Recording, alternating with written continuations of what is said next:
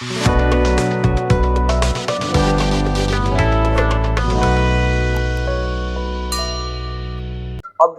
वो इलेक्ट्रॉन 1 से लेके 20 तक तो पता है, number of proton, number of electron, वो सब के बारे में तो कोई दिक्कत नहीं है। तो वहां से 1 से लेके 20 तक में हम अभी देखेंगे इलेक्ट्रॉनिक कॉन्फ़िगरेशन से, और तब इलेक्ट्रॉनिक कॉन्फ़िगरेशन के बाद कोई भी एटम के आयन का कॉन्सेप्ट समझेंगे कि आयंस का फॉर्मेशन कैसे होता है। अब अगर इलेक्ट्रॉनिक कॉन्फ़िगरेशन का मतलब होता है कि कोई भी एटम में टोटल जितना इलेक्ट्रॉन प्रेजेंट है, फिर से कोई भी एटम में टोटल जितना इलेक्ट्रॉन प्रेजेंट है, उस एटम में वो इलेक्ट्रॉन कैसे अरेंज्ड है। मोटा मोटी ये तो पता है कि कोई भी एटम बना है इलेक्ट्रॉन प्रोटॉन न्यूट्रॉन से, तो उसमें कुछ प्रोटॉन, कुछ इलेक्ट्रॉन, कुछ न्यूट्रॉन्स होंगे, ठीक है। अब वो कुछ प्रोटॉन या कुछ न्यूट्रॉन न्यूक्लियस में है, ये गारंटी है, वो मूव नहीं कर रहे हैं, फिक्स है, गारंटी है। सब मास उसी में है, गारंटी है। मास कॉन्सेंट्रेटेड होता है न्यूक्लियस में, ये गारंटी है। बच क्या गया? कुछ इलेक्ट्रॉन्स। तो वो कुछ इलेक्ट्रॉन न्यूक्लियर रीजन में तो होता है प्रोटॉन और न्यूट्रॉन, ठीक से खूब बढ़िया से देखेंगे लोग एक्सपेरिमेंट के साथ स्ट्रक्चर ऑफ एटम में।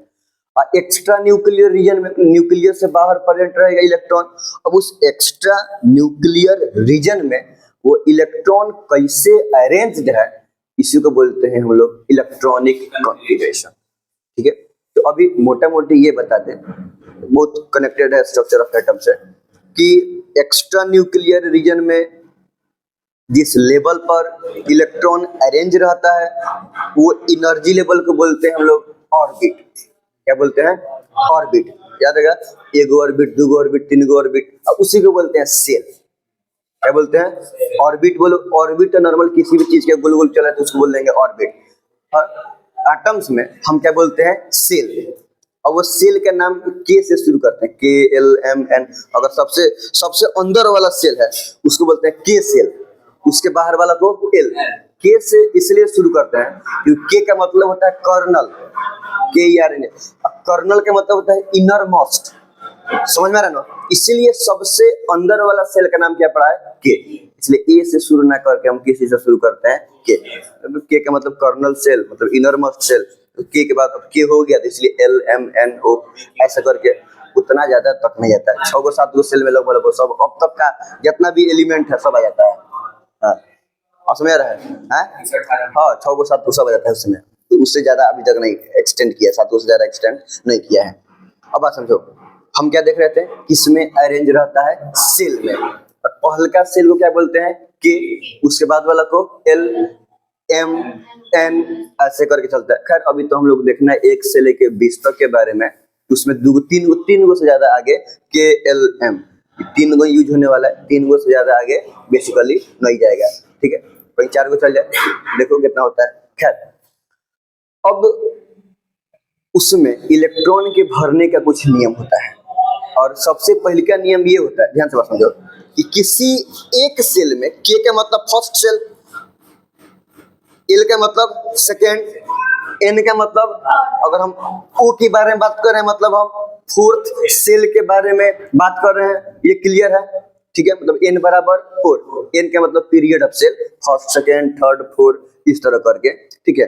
तो अब कोई भी सेल में टोटल कितना इलेक्ट्रॉन अट सकता है ये निकालते हैं। एक फॉर्मूला है 2n²। इससे 2n² में जितना आ जाएगा टोटल उसमें उतना इलेक्ट्रॉन अट सकता है। ऐसा समझो कि उसमें उतना गो इलेक्ट्रॉन को बैठने का सीट है। समझ में आ गया? जैसे कि अगर हम के बारे में बात करेंगे तो n बराबर 1 फर्स्ट सेल है ना, तो 2n² में 1 पुट करेंगे तो 2 × 1², 1 1 = 1, 1 2 = 2, तो के में सिर्फ कई गो इलेक्ट्रॉन अट सकता है? 2 गो। एल के बारे में बात करेंगे तो एल सेकेंड सेल है, n बराबर 2, n बराबर 2। अब 2n² में n का वैल्यू 2 पुट करेंगे, 2 × 2², 2 2 = 4, 4 2 = 8। मैंने सेकेंड में मैक्सिमम कितना इलेक्ट्रॉन अट सकता है? 8 गो। मैंने 8 गो इलेक्ट्रॉन को बैठने का सीट है। अब कई गो इलेक्ट्रॉन बैठता है इसके बारे में बाद में बात करेंगे। अभी क्या देखें, पहलका सेल में उतना मैक्सिमम, उससे ज्यादा नहीं रख सकता। रहता कई गो है, ये बात का बात है। कई गो रह सकता है मैक्सिमम, उससे ज्यादा नहीं रह सकता है। मैक्सिमम सेकेंड सेल में 8 गो रह सकता है। ये थर्ड के बारे में बात करें, 2 × 3 स्क्वायर KLM, एम के बारे में बात करेंगे। 3 × 3 9, 9 दूना 18, मतलब थर्ड सेल में मैक्सिमम कई गो रह सकता है? 18 गो रह सकता है। 18 से ज्यादा नहीं। मैक्सिमम कई गो रहता है हम ही नहीं बोल रहे हैं, उस कई गो रहता है उसका एक अलग कॉन्सेप्ट है। 18 गो इलेक्ट्रॉन को बैठने का सीट है, ऐसा समझो। मैक्सिमम 18 गो रह सकता है, उससे ज्यादा 19 गो नहीं रह सकता है।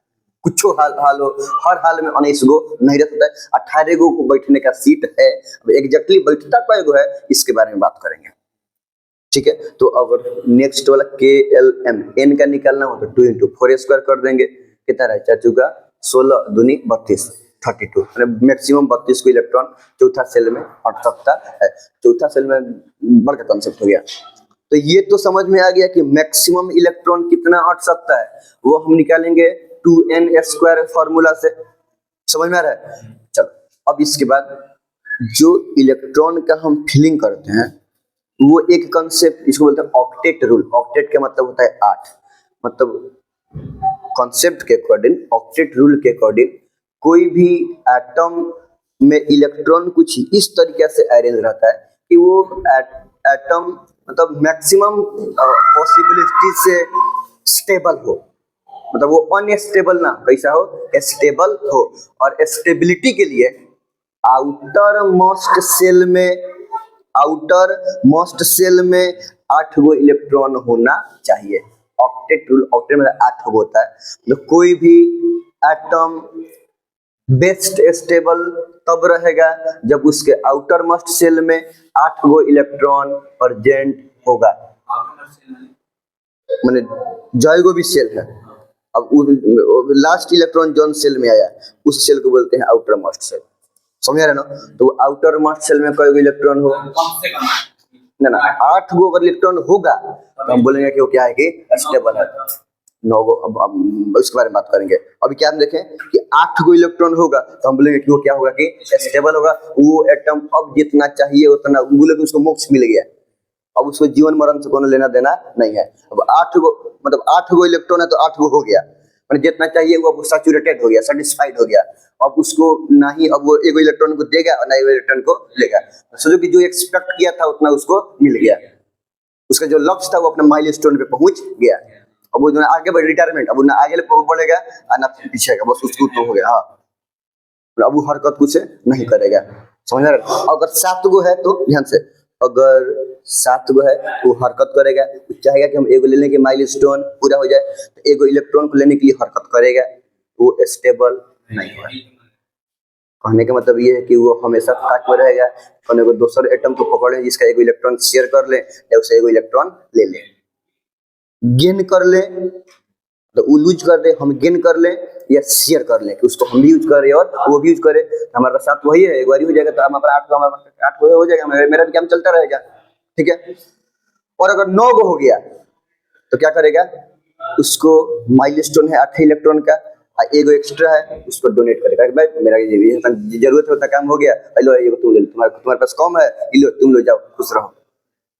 बस समझ आ गया कि जब एक है तो एक के चलते उसको पॉकेट में जब एक्स्ट्रा रुपया जाता है ना तो खुरी काट जाता है, कहाँ से क्या करे कि 100 रुपया पॉकेट से निकल जाए, खर्चा हो जाए।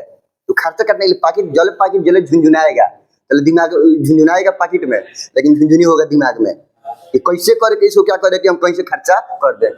जो दिखेगा मन करेगा ये चीज खरीदने वाला सामान है, खरीद लेना चाहिए, और आदमी खरीद लेगा। समझ में आ गया? तो मैं पैसा रहता है तो महंगा चीज भी सस्ता लगता है, अब पैसा नहीं रहेगा तो सस्ता चीज बहुत महंगा है, पैसा है नहीं है, अभी चाहिए पैसा, सामान बाद में, ऐसा होता है। हम देख रहे थे ये कि अगर एगो एक्स्ट्रा हो गया तो उससे में झुंझुनी बना, इसको क्यों हम खर्च कर दें, आराम से 8 हो रहेगा, हम स्टेबल रहेंगे, हमको किसी से कोनो मतलब नहीं रहेगा। तो एगो एक्स्ट्रा होगा क्या करेगा? उसको दे देगा।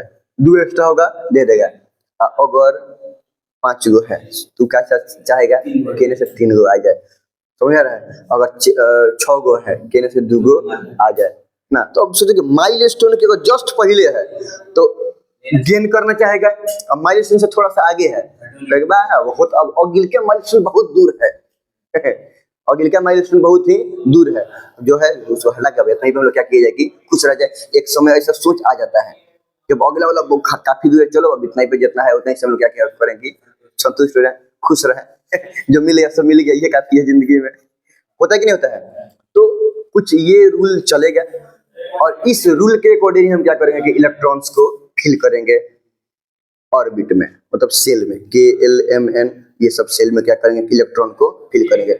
इलेक्ट्रॉनिक कॉन्फ़िगरेशन समझ में आ गया, वहां से वैलेंसी समझना बहुत आसान है। कम से कम 1 से लेकर 20 तक का तो जरूर है। वैलेंसी समझना बहुत ही आसान है, ठीक है। तो पहले इतना बात लिख लिया जाए।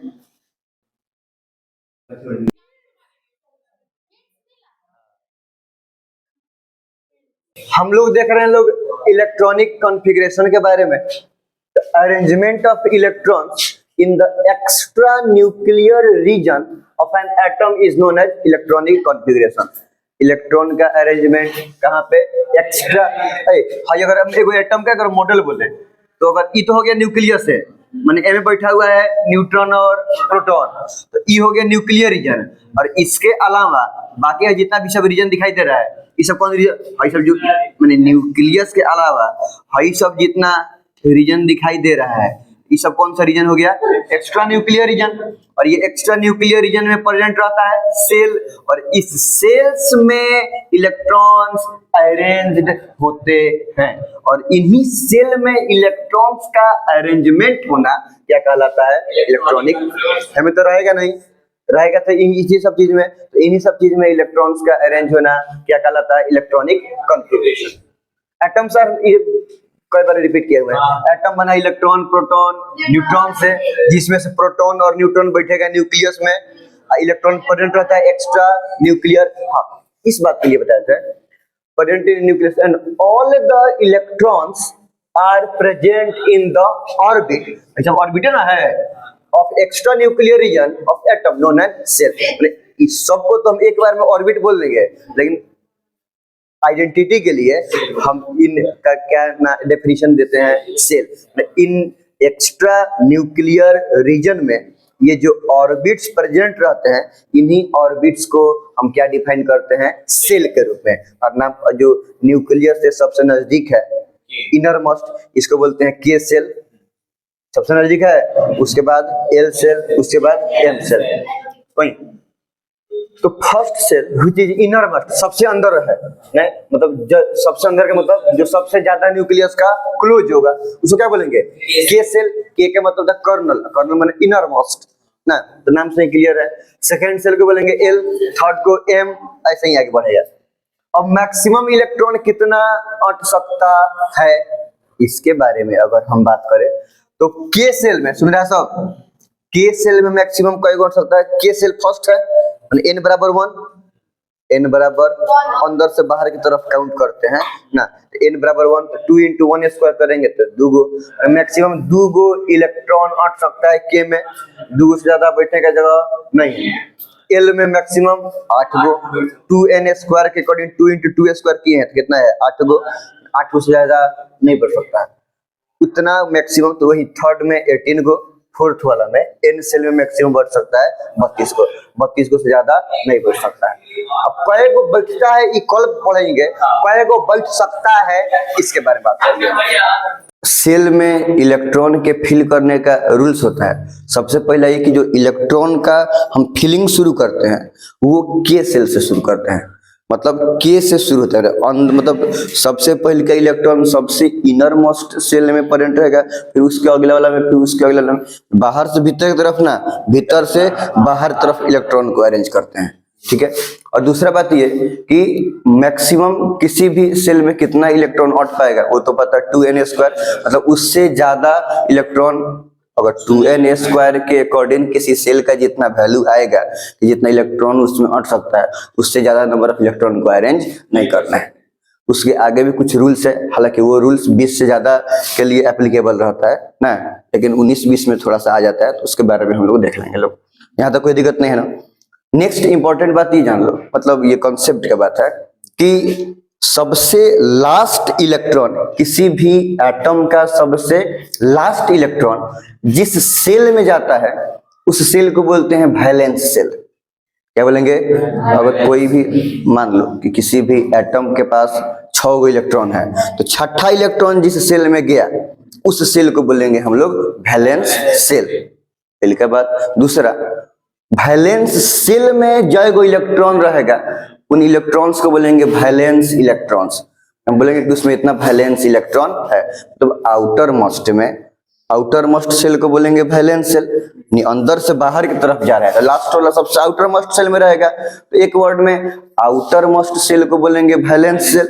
बट डेफिनेशन ये है कि लास्ट इलेक्ट्रॉन जिसमें जाता है, ठीक है, तो आउटर मोस्ट वाला सेल हो गया वैलेंस सेल। हालांकि बड़े लेवल पे अंतर हो जाएगा, पहले बाहर फिर बाहर से अंदर की तरफ भी भरता है, तो ऐसे होता है। तो अभी एक वर्ड अभी के अकॉर्डिंग देखें हम लोग कि आउटर मोस्ट सेल हो गया हमारा वैलेंस सेल। अब वैलेंस सेल के बाद हम देखेंगे कि वैलेंस सेल में जो इलेक्ट्रॉन रहेगा उसको बोलेंगे हम लोग वैलेंस इलेक्ट्रॉन। यहाँ तक सिंपल है। अब उसके बाद एक बात आता है वैलेंसी, समझ में रहा है, वैसे वैलेंसी पढ़ना स्ट्रक्चर ऑफ एटम है, लेकिन अभी के लिए हम इतना देख लें कि ध्यान से स्टेबिलिटी को गेन करने के लिए कोई भी एटम जितना इलेक्ट्रॉन को गेन करता है, लूज करता है या शेयर करता है, गेन लूज शेयर किस लिए करेगा, कुछ इस तरह ऐसा हुआ है कि स्टेबिलिटी के लिए वो ऑक्टेट रूल फॉलो करेगा। मतलब वो चाहेगा कि हमारे आउटर मोस्ट सेल में, मतलब वैलेंस सेल में 8 गो इलेक्ट्रॉन हो। जैसे ही 8 गो इलेक्ट्रॉन हो जाएगा वो एटम क्या होगा कि मोक्ष को प्राप्त कर लेगा, मतलब स्टेबल हो जाएगा। अब वो रिएक्शन का चक्कर नहीं काटेगा, वो इलेक्ट्रॉन गेन लूज शेयर करने से कोई मतलब नहीं है, अब वो सेटल हो गया, ठीक है। तो वो ऑक्टेट को पूरा करने हेतु एटम इलेक्ट्रॉन को गेन करता है, लूज करता है या शेयर करता है। तो जितना इलेक्ट्रॉन को उसको लूज करना है या जितना इलेक्ट्रॉन गेन करना है या जितना इलेक्ट्रॉन को शेयर करेगा वो हो जाए, उतना हो जाएगा उस इलेक्ट्रॉन का वैलेंसी, ठीक है। और दूसरी बात ये, चलो धीरे धीरे जैसे आते रहेगा केमिकल बॉन्डिंग उसके बारे में पढ़ेंगे कि कौन कितना बॉन्ड बनाता है, लेकिन ज्यादातर ये समझ लो, ऊपर ये समझ लो कि कोई भी एटम का वैलेंस इलेक्ट्रॉन जितना होता है वो उतना बॉन्ड बनाता है। सिंपल है, वैलेंस इलेक्ट्रॉन एगो, कोई को बॉन्ड बनाएगा एगो वैलेंस इलेक्ट्रॉन ना।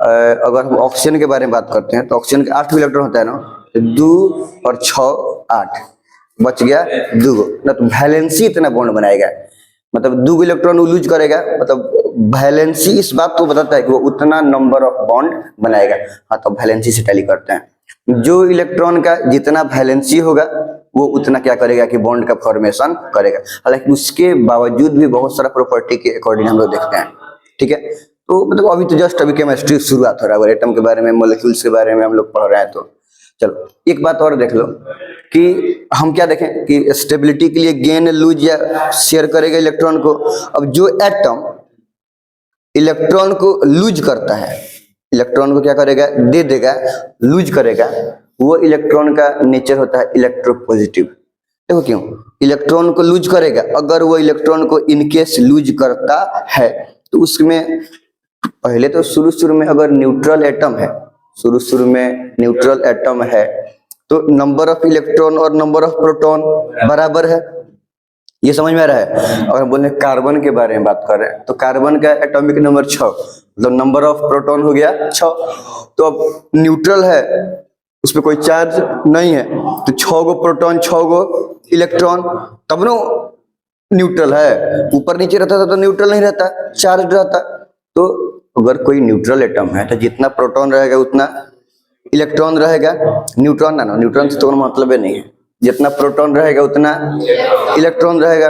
अब अगर वो इलेक्ट्रॉन को लूज करता है तो इलेक्ट्रॉन हो गया कम, प्रोटॉन हो गया कंपैरेटिवली ज्यादा, प्रोटॉन है उतना ही, लेकिन अब इलेक्ट्रॉन से कंपेयर करेंगे तो जितना इलेक्ट्रॉन है उतना इलेक्ट्रॉन को उतना प्रोटॉन क्या किया कि कैंसिल कर दिया, मतलब बैलेंस कर दिया। अब जो एक्स्ट्रा प्रोटॉन बचा वो एक्स्ट्रा प्रोटॉन के चलते उसके ऊपर पॉजिटिव चार्ज आ जाएगा, क्योंकि प्रोटॉन पॉजिटिवली चार्ज्ड पार्टिकल्स होता है, समझ, तो उसमें कौन सा चार्ज आ जाएगा, पॉजिटिव चार्ज आ जाएगा। इसलिए जो एटम इलेक्ट्रॉन को लूज करता है उसका हो जाएगा नेचर इलेक्ट्रो पॉजिटिव, और जो इलेक्ट्रॉन को गेन करता है, ध्यान से। अब कोई भी हम किसी के बारे में भी अगर बात करें, ऑक्सीजन के बारे में बात करो तो ऑक्सीजन में नंबर ऑफ इलेक्ट्रॉन कई होगा? 8 गो। ऑक्सीजन का एटॉमिक नंबर कितना होता है? 8। तो एटॉमिक नंबर 8, तो नंबर ऑफ प्रोटॉन 8। तो न्यूट्रल है तो प्रोटॉन 8 गो, तो इलेक्ट्रॉन भी 8 गो। भाई ये बात समझ में रहा है? अब मान लो कि 8 गो है तो 2 गो पहले में मतलब उसका अगला वाला में 6 गो बच गया, 2 गो लेना है। अब 8 गो प्रोटॉन 8 गो इलेक्ट्रॉन है। अब अगर वो 2 गो इलेक्ट्रॉन को लेता है, 2 इलेक्ट्रॉन को गेन करता है, तो अब उसके में 8 गो प्रोटॉन हो जाएगा। और इलेक्ट्रॉन तो पहले से 8 गो है, स्टेबिलिटी के 2 गो और ले लिया, अब हो गया इलेक्ट्रॉन 10 गो। 8 प्रोटॉन को प्रोटॉन बैलेंस कर देगा, 8 के चार्ज के इफेक्ट को बैलेंस कर देगा 8 गो इलेक्ट्रॉन। बच गया एक्स्ट्रा 2 गो, क्या बच गया? 2 गो इलेक्ट्रॉन जो आया है। तो मैंने इलेक्ट्रॉन आया है तो निगेटिव चार्ज आया है। इलेक्ट्रॉन कैसा पार्टिकल है? निगेटिवली चार्ज पार्टिकल है, तब वो हो गया निगेटिवली चार्ज। तो जो एटम इलेक्ट्रॉन को गेन करता है वो होता है इलेक्ट्रोनिगेटिव, उसका इलेक्ट्रिक नेचर होता है इलेक्ट्रोनिगेटिव। और जो लूज करेगा तो इलेक्ट्रॉन को लूज कर रहा है, माने उसका निगेटिव चार्ज कम हो रहा है। तो निगेटिव चार्ज कम होगा तो पॉजिटिव चार्ज कंपैरेटिवली बढ़ तो नहीं जाएगा, वो रहेगा उतना, लेकिन कंपैरेटिवली हो जाएगा ज्यादा। अब पॉजिटिव चार्ज ज्यादा मतलब वो हो जाएगा इलेक्ट्रो पॉजिटिव, समझ में आ रहा है ना? पॉजिटिव आयन बनाएगा वो हो जाएगा इलेक्ट्रो पॉजिटिव। और जो ना गेन करेगा ना लूज करेगा, इलेक्ट्रॉन को शेयर करेगा, उसके नेचर को बोलते हैं कोवैलेंट, वो कोवैलेंट नेचर का हो जाएगा। समझ में आ रहा है? आगे पढ़ेंगे आयन के बारे में। तो जो गेन या लूज करेगा वो आयोनिक बॉन्ड बनाएगा, और जो शेयरिंग करता है जो कार्बन, वो कोवैलेंट बॉन्ड बनाता है। जो इलेक्ट्रोपॉजिटिव या इलेक्ट्रोनिगेटिव नेचर का होता है वो आयनिक बॉन्ड बनाएगा, और जो इलेक्ट्रॉन को शेयर करता है, अगर शेयर करके इलेक्ट्रॉन को बॉन्ड बनता है, मॉलिक्यूल का फॉर्मेशन हो रहा है, तो वो कोवैलेंट बॉन्ड बनाता है। चलो अभी हमको पता है, जितना बात बताया है बहुत कुछ समझ में कम आया होगा, लेकिन इतना बात यह है कि electropositive electronegative gaining lose bond ये सब सुन लिया, सब ये सब वर्ड से फैमिलियर हो गया सब। इसके बाद जब बात आएगा तो ऐसा लगेगा कि ये सब वर्ड हम पहले से सुने हुए हैं, सुना हुआ महसूस होगा। तो जब फैमिलियर कोई चीज वर्ड महसूस होता है उसके बारे में बात बताएं, उसके बारे में अगर हम बात बताएंगे तो तुम लोग को उससे अपने आप को रिलेट करेगा, सब समझ में आएगा।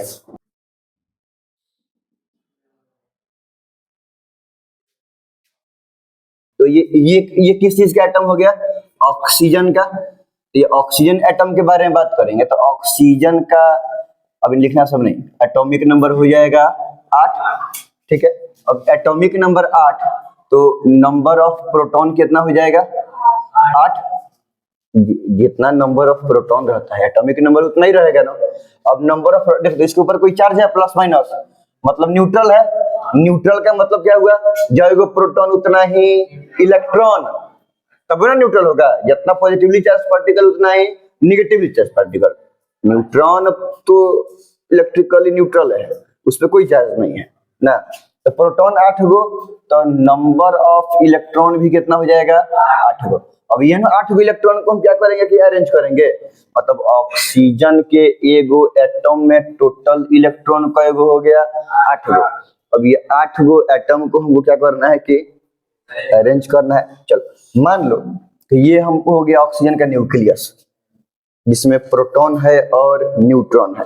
बेसिकली इलेक्ट्रॉन प्रोटॉन न्यूट्रॉन तीनों के बारे में फंडामेंटली बात नेक्स्ट चैप्टर में किया जाएगा, अभी बस हम इलेक्ट्रॉनिक कॉन्फ़िगरेशन के अकॉर्डिंग बात समझ रहे हैं। तो ये हो गया न्यूक्लियस। अब ये न्यूक्लियस के बाहर लगा हो गया फर्स्ट सेल। तो फर्स्ट सेल में ये के सेल हो गया ना, तो के सेल में मैक्सिमम कईगो इलेक्ट्रॉन हट सकता है? 2 गो। तो 2 गो में से मान लो कि एगो इलेक्ट्रॉन यहाँ पे हो गया, ठीक है, और एगो इलेक्ट्रॉन को हम यहाँ पे कर दिए, तो 2 गो इलेक्ट्रॉन हट गया। अब बच कईगो गया? 6 गो। तो 6 गो बाहर वाला पे मैक्सिमम 8 गो हट सकता है, तो 6 गो बैठेगा नहीं बैठेगा? 6 सुंदर लगने के लिए कोशिश करना सबकी, ना मतलब जैसे कि अगर एक इधर तो एक इधर कर दिए, एक इधर तो एक इधर कर दिए, मतलब ज्यादा कंडेंस ना हो। 2 4 गो हो गया, और ये हो गया हमको 6 गो। समझ में आया? तो ये एटम का स्ट्रक्चर हो गया किसके? ऑक्सीजन का। अब इसका अगर हम लोग इलेक्ट्रॉनिक कॉन्फ़िगरेशन लिखें, इलेक्ट्रॉनिक कॉन्फ़िगरेशन में वही कि सेल में कईगो एटम कितना इलेक्ट्रॉन अरेंज्ड है। अभी हम लोग देख रहे हैं लोग इलेक्ट्रॉनिक कॉन्फ़िगरेशन 9th क्लास में अकॉर्डिंग टू KLMN, मतलब सेल वाइज, सब सेल वाइज ना, हालांकि वो बता देंगे, कोई बहुत बड़ी बात नहीं है। एक दिन बता देंगे एसपीडीएफ के अकॉर्डिंग कैसे भरता है, तो पीरियोडिक टेबल का कोनो एलिमेंट एकदम आप फोन के आराम से क्या करेगा, सबकी भर देगा सब। मतलब कुछ ऐसे ट्रिक बता देंगे कि आराम से हो जाएगा। मतलब 11 तक का इलेक्ट्रॉनिक कॉन्फ़िगरेशन तुम लोग का निकल जाएगा। लेकिन पहले अभी हम लोग जो पढ़ना है वो पढ़ लिया जाए। इसी चैप्टर में लास्ट में बता देंगे, एक दिन कहीं ऑफ कैमरा बता देंगे सब, ठीक। चलो, तो अब इलेक्ट्रॉनिक कॉन्फ़िगरेशन में सबसे पहले भराएगा के में, तो के में कितना इलेक्ट्रॉन, 2 भरा है 2। उसके बाद एल में 6, एल में कितना भरा, 6। तो इसका इलेक्ट्रॉनिक कन्फिग्रेशन क्या हो गया, 2 6, मतलब 2,6 ऐसे करके। तो इलेक्ट्रॉनिक कन्फिग्रेशन है 2 6। अब यहां से बात समझो, इलेक्ट्रॉनिक कन्फिग्रेशन हो गया 2 6। तो यहां से देखो तो आउटर मोस्ट सेल कौन हुआ, के है, के से बाहर है एल, तो आउटर मोस्ट एल हुआ। अगर ऑक्सीजन के बारे में बात करें, ये ना है के, हाई है एल, आउटर मोस्ट कौन हुआ, एल। तो हम बोल सकते हैं ऑक्सीजन में वैलेंस सेल कौन है, एल। आउटर मोस्ट में कई इलेक्ट्रॉन है, 6 गो। तो वैलेंस इलेक्ट्रॉन कितना हो गया, 6 गो। यहां तो कोई दिक्कत नहीं ना। अब आ जाओ इसके वैलेंसी पे, ध्यान से वैलेंसी समझना, आगे ये काम आने वाला है। आउटर मोस्ट में माने एल सेल में कई गो इलेक्ट्रॉन है, 6 गो। अब एल सेल में 6 गो इलेक्ट्रॉन है। एल सेल में मैक्सिमम हमको स्टेबिलिटी के लिए ऑक्टेट रूल के अकॉर्डिंग वैलेंस सेल में माने आउटर मोस्ट सेल में कई गो इलेक्ट्रॉन होने चाहिए, 8 गो। है कई गो, 6 गो। तो इसको क्या चाहिए, 2 गो गेन करेगा कि 2 गो लूज करेगा। देखो, या तो 6 का 6 इलेक्ट्रॉन लूज कर दे, तो जो सेल बच जाएगा उसमें जितना जरूरी है उतना हो जाएगा, तो स्टेबल हो जाएगा। या 6 गो है, 2 गो गेन कर ले, तो जब 2 गो गेन कर लेगा तो ऑक्टेट रूल के अकॉर्डिंग 8 गो क्या हो जाएगा कि पूरा हो जाएगा। तो आसान कौन है, 6 गो लूज करना कि 2 गो गेन करना, 2 गो गेन करना क्या है कि आसान है। तो ये इसका तो क्या करेगा, स्टेबिलिटी पूरा करने के लिए ऑक्टेट रूल पूरा करे, फॉलो करेगा। ऑक्टेट रूल फॉलो करने के लिए जहाँ 6 दिख रहा है, यहाँ पे क्या देखना चाहेगा, 8 को देखने के लिए इसको 2 गो और ही गेन करेगा। तो गेन कई गो करना चाहेगा, 2 गो। इसका वैलेंसी कितना हो जाएगा, 2 गो। जितना गेन करे, जितना लूज करे, या जितना शेयर करे, अभी के लिए ऐसे ही समझो, उतना हो जाएगा उस एटम का वैलेंसी। इसका वैलेंसी कितना हो गया, 2। इसमें कोई दिक्कत, अच्छा। इसका अब वैलेंसी हो गया 2, तो ये गेन कर रहा है कि लूज कर रहा है, गेन कर रहा है। तो इसका नेचर क्या हो जाएगा, इलेक्ट्रोपॉजिटिव की इलेक्ट्रोनेगेटिव की कोवैलेंट, इलेक्ट्रोनेगेटिव, इलेक्ट्रोनेगेटिव। तो ये हो गया थोड़ा बहुत इंट्रोडक्टरी जानकारी किस चीज के बारे में, ऑक्सीजन एटम के बारे में। एक बार बता दें,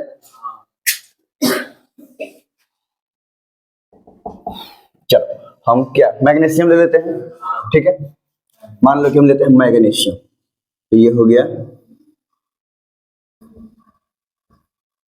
मैग्नीशियम। अब मैग्नीशियम का एटॉमिक नंबर कितना होता है, 12। अब मैग्नीशियम का एटॉमिक नंबर 12, मतलब इसमें नंबर ऑफ प्रोटॉन कितना हो जाएगा। अब नंबर ऑफ प्रोटॉन 12, न्यूट्रल है ना, द नंबर, इसके बाद आयन पढ़वे करेंगे, तो नंबर ऑफ प्रोटॉन 12, तो इलेक्ट्रॉन भी हो जाएगा 12। नहीं, ऊपर नीचे रहता तो चार्ज रहता था, उसके ऊपर चार्ज दिखाई देता है नहीं। तो ये हो गया इलेक्ट्रॉन कितना, 12। अब इस 12 को इलेक्ट्रॉन को सजाना है, उसी को ना बोलते हैं इलेक्ट्रॉनिक कॉन्फ़िगरेशन। कोई भी एटम में जय गो इलेक्ट्रॉन है, वो एटम के सेल में कैसे अरेंज्ड है, यही ना इलेक्ट्रॉनिक कॉन्फ़िगरेशन। तो अगर इसका स्ट्रक्चर ये हो गया न्यूक्लियस, पहिलका में कई कांटेक्ट है, 2 गो, चलो 2 गो लगा दिए। दूसरा में अभी कई गो बच गया, 12 गो इलेक्ट्रॉन में से 2 गो बैठ गया जाके सीट पर। मान लो कि यहाँ मूवी फिल्म देखना है, 2 गो जाके बैठ गया। अब बच्चा कई गो है, 10 गो, तो 10 गो तो 8 गो बैठेगा। इसमें तो बच्चा तो 10 गो है, तो इसमें 10 गो बैठ सकता है क्या, मैक्सिमम कई गो बैठ सकता है, 8 गो के बाद सीटें नहीं है, 1 गो 2 गो 3 गो 4 5 6 हुआ ना, चलो 7 8 गो बैठ गया। तो 12 गो में से 2 गो एम अरेंज हुआ और 8 गो एम अरेंज हुआ, एकदम ऑक्टेट रूल चल रहा है, समझ में आ रहा है ना। तो अब 8 गो अरेंज हो गया, मैक्सिमम, इससे ज्यादा इसमें सीट है नहीं, तो बच गया कई गो, बच गया है ना, तो अगले वाला में जाएगा। अभी हमें सीट नहीं मिलेगा तो क्या कीजिएगा, आदमी जाता है कहीं फिल्म देखने, अगली रो में सीट नहीं मिलेगा तो मजबूरी में चलता है पिछली रो में, नहीं जाएगा क्या। चल तो अब इसमें तो देख लिया, तो इसमें दूर दूर के आगे बैठ गया, हम आगे आगे बैठ गया। अब उसके बाद जब दो आए तो लाठ को भर गया, चल बेचारा देखा देखा दूगो जन लेके पीछे तक बच गया सब। अब क्या हुआ कि दूगो बच्चा मजबूरी में क्या करेगा सब की पीछे वाला सीट पर जाके बैठेगा सब। ये अलग बात है कि पीछे वाला सीट में टाल कुर्सी है, लेकिन अगिलका पूरा भर गया है इसलिए पिछलिका में गया है सब, फैली से क्या एगो कुर्सी पे बैठा है सब। अब देखो, अब अगर इसका हम लोग इलेक्ट्रॉनिक कॉन्फ़िगरेशन लिखेंगे तो के में कएगो है ना, के है एल है और ये एम है। के में 2 गो, एल में 8 गो, एम में, इसका इलेक्ट्रॉनिक कॉन्फ़िगरेशन क्या हो गया 2 8 2, सही हुआ ना, 2 8 2 2 8 2। अब इसके बाद अगर हम इसके वैलेंस सेल के बारे में बात करेंगे, इसका वैलेंस सेल कौन हो जाएगा, आउटर मोस्ट को ना वैलेंस सेल बोलते हैं, वैलेंस सेल कौन हो जाएगा हमारा एम। अब एम हो गया वैलेंस सेल, तो एम में कई गो इलेक्ट्रॉन है 2 गो, तो वैलेंस इलेक्ट्रॉन कितना हो गया 2 गो हो गया वैलेंस इलेक्ट्रॉन, कोई दिक्कत। अब अगर वैलेंसी के बारे में बात करेंगे, ध्यान से बात समझो, ये इंपॉर्टेंट होता है।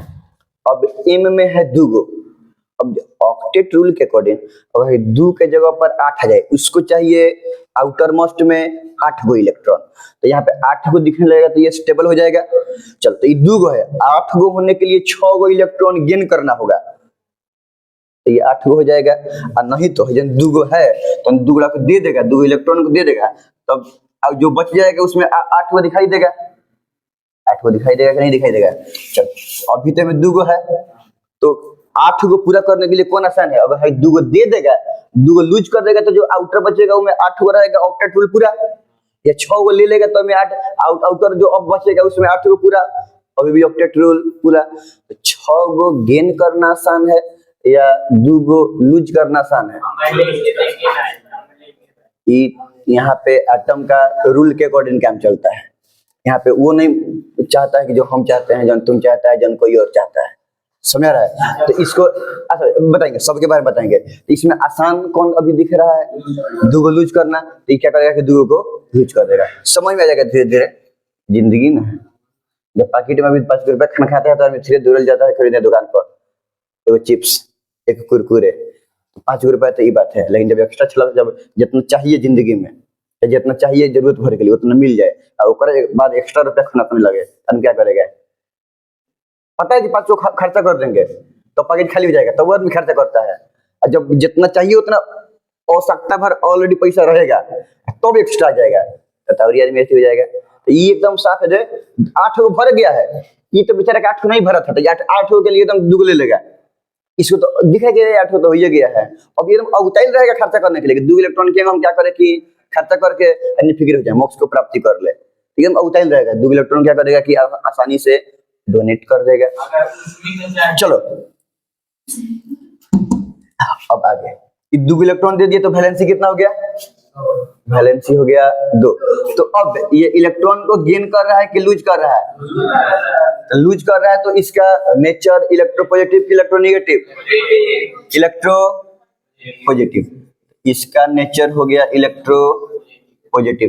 देखो होता ऐसा है कि एक इलेक्ट्रॉन गेन करना या एक इलेक्ट्रॉन लूज करना ठीक ठाक है, 2 इलेक्ट्रॉन भी चलेगा, लेकिन 2 के बाद अगर एक्स्ट्रा इलेक्ट्रॉन को अगर गेन करना हो, आंधी तूफान आ जाएगा।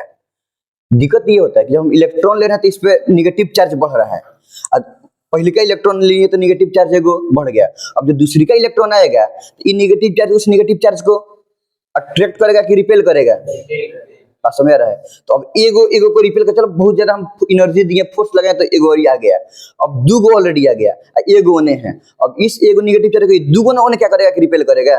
इसलिए बोलते हैं कि जैसे जैसे इस पे एगो तो कोई दिक्कत नहीं है, एक के लिए चलेगा, लेकिन जब दूसरा आएगा तो दूसरा इलेक्ट्रॉन को लाने के लिए एक्स्ट्रा एनर्जी लगाना पड़ता है, तब दूसरा इलेक्ट्रॉन क्या होता है कि कोई भी एटम के सेल में आएगा। और तीसरा लगाने से आनी तूफान आ जाता है, चौथा तो पॉसिबल ही नहीं है। अगर हम बोल रहे हैं कि चौथा 4 गो इलेक्ट्रॉन किसी में करना पॉसिबल ही नहीं है, तो सोचो कि तीसरा इलेक्ट्रॉन को गेन करने के लिए कितना आनी तूफान आता होगा। बात समझ रहा है, बहुत ज्यादा एनर्जी क्या होना चाहिए तब जाके 3 गो इलेक्ट्रॉन क्या होता है कि बात समझ रहा है, इसीलिए 2 गो लूज करना आसान है। तो तुम पहले से छटपटाने लगता है, वही ना बोल रहे हैं कि पैकेट में 2 गो रुपया का तो उतारने लगेगा, तुम गेन करने के फेर में रहेगा, तुम चाहे हटा दे लूज कर दें। एक बार देख लीजिए, कार्बन सब किसी को पता है, कार्बन ना, जब आदमी केमिस्ट्री का सी नहीं जानता है ना, तो कम से कम कुछ भी नहीं पता रहता है, 2 चीज जरूर जानता है, एगो कार्बन डाइऑक्साइड का फॉर्मूला CO2, एगो वाटर का फॉर्मूला H2O। चल अब कार्बन के बारे में बात किया जाएगा। कार्बन का एटॉमिक नंबर कितना होता है? 6। तो नंबर ऑफ प्रोटॉन भी कितना हो गया? अच्छा, और प्रोटॉन 6 गो, तो इलेक्ट्रॉन चूंकि न्यूट्रल है ना, इलेक्ट्रॉन भी 6 गो।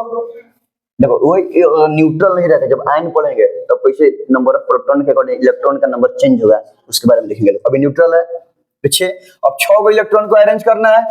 चलिए हो गया न्यूक्लियस, पहिलका में आके दौड़ के बैठ जाएगा 2 गो, देखा है ना फिल्म, चाहे दूसरे कुछ देखना होगा क्या पता। अब 6 गो में से 2 गो इलेक्ट्रॉन दौड़ के आगे बैठ गया ना। हम लोग गाँव में अगर मतलब अरेंजमेंट रहता है, सब एकदम लेके फेंके सवारी के बुढ़ लोग आगे बैठ के देखते दौड़ के चल जाता है, वो लोग कहा जाएगा काका उठिए चल जाइए तो खिसिया जाएगा लोग ना। हाँ बा चलो कुर्सी लगा कहना बजाने के लिए कि हम जो कहेंगे तो कहना पड़ जाएगा, मोटर गोली चल जाता है। चलेगा 6 इलेक्ट्रॉन में 2 इलेक्ट्रॉन तो आके दौड़ के बैठ गया, लकी है आगे बैठने का मौका मिला। अब बच गया कई गो? 4 गो। मरता क्या ना करता मजबूरी में, अब पिछला वाला सीट पे जाके बैठेगा। तो ये 2 गो और 2 गो 4 गो इलेक्ट्रॉन, 6 गो इलेक्ट्रॉन के है और ये L है, टोटल इलेक्ट्रॉन अरेंज हो गया। इसका इलेक्ट्रॉनिक कॉन्फ़िगरेशन देखा जाए कि L में 2 गो और M में आ गया है 4 गो। अब 4 गो तो हटिए सकता है, कोई दिक्कत नहीं। एरो नहीं बना है, L लिखे हैं, ठीक है। अच्छा अब वैलेंस सेल, तो वैलेंस सेल कितना क्या हो जाएगा इसमें? L। आउटर मोस्ट सेल कौन सा है? L। लास्ट इलेक्ट्रॉन जाके L में बैठेगा, तो वैलेंस सेल क्या हो गया? L। अब वैलेंस सेल L हो गया, तो वैलेंस सेल में जो गो इलेक्ट्रॉन बैठेगा उसी को ना बोलेंगे वैलेंस इलेक्ट्रॉन। तो वैलेंस इलेक्ट्रॉन कै गो हो गया? 4 गो।